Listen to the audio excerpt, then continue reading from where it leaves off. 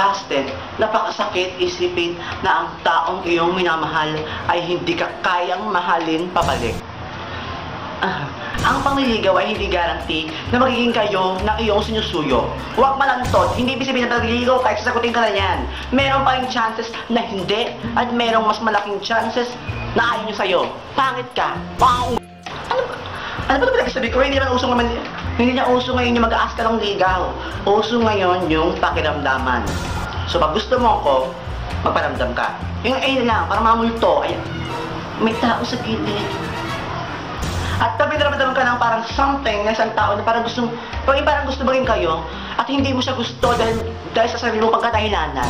Agad-agad huwag ka lang patumpik-tumpik. Sabihin mo lang hindi, huwag mong basahin yan. Huwag mong pagmukhang tanga. I love you po. I love you po. I love you po. Thank you po. Thank you. At dahil dyan, ang topic natin ngayon ay kung paano mambusted. Paano nga ba mambusted? Number 1, the heartbreaker type. Magsulat kang letter saying na hindi mo siya gusto at ipadala mo sa address niya. Para bonggang-bongga, ma-excite pa siya magbukas ng letter niya at yung makikita lang niya ay... Yan. We are never, ever, ever gonna be together. We are never, ever, ever gonna be together. Like ever. Anong address doon nang nasend na to doon?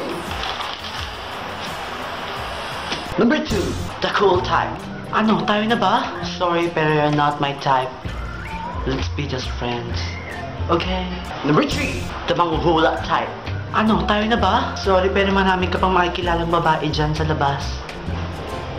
Gusto mo tulungan kita? Number 4, the bitch type. Ano, tayo na ba? You get it? I don't like you. You're such a fucking hoe. You're such an ugly bitch. I don't like you in my face. Now you go there, right there. Go right there. And I don't want your face in my face. And my bitch, you know, your face is so ugly.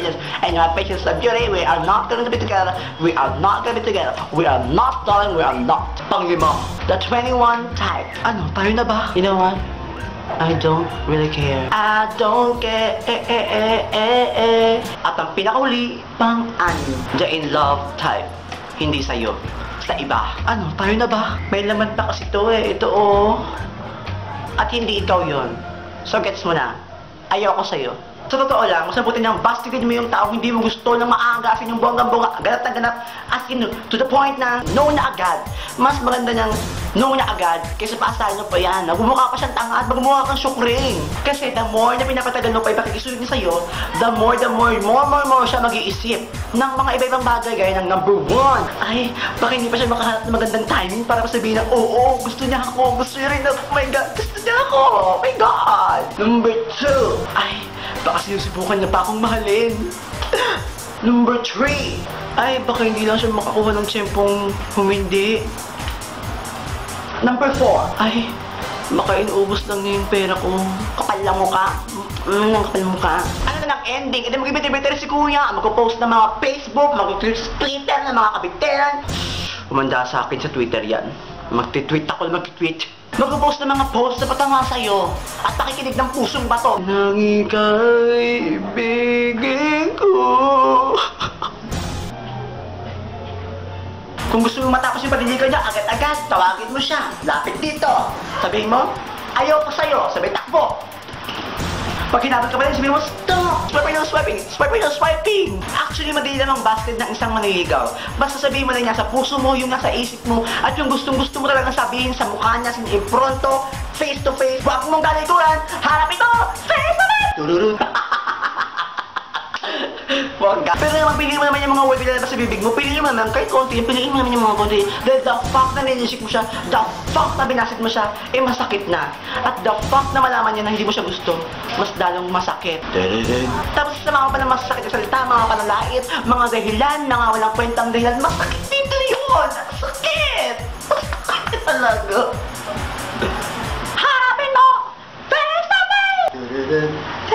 Kung sobrang choosy mo, bakit pinasit ka niya, wala kang magagawa. Wala kang magagawa dahil choice niya yun. Hindi mo siya mapipilit na mahalin ka rin niya. Hindi mo siya mapipilit na sagutin ka niya. Dahil may utak siya, Tem. May sarili siyang utak, rag-isip. At huwag ka mag-bitter. Hindi na, ay naku, huwag nang bitter. Move on, te. Kung mababasit ka naman, sana naman yung nakakain naman dito. Hindi yung basit ka ng basit, tsaka lang, bayan. Pero gaya ng sabi ko dati, ano ba ang masasaklap sa mga tao magtatanong pa nga lang kung pwede manligaw? Ay na-reject na. Better luck next time, darling. Ikaw, alam masasabi mo sa whole topic natin about busted? Tarara. At ang LC Fan of the Week, I see. Dun dun dun dun dun.